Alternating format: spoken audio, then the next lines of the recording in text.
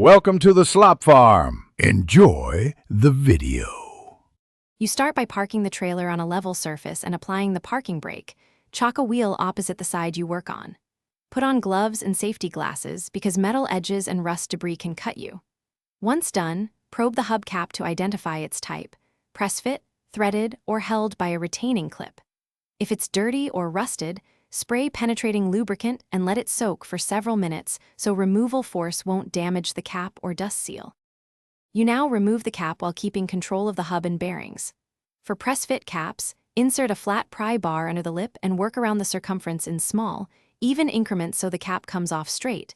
This prevents warping.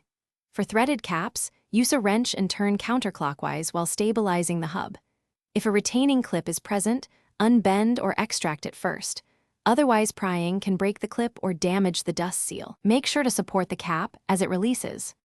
You finish by cleaning and inspecting the exposed bearings and grease seal. Replace any pitted or loose parts to avoid future failure. When reinstalling, seat the cap straight.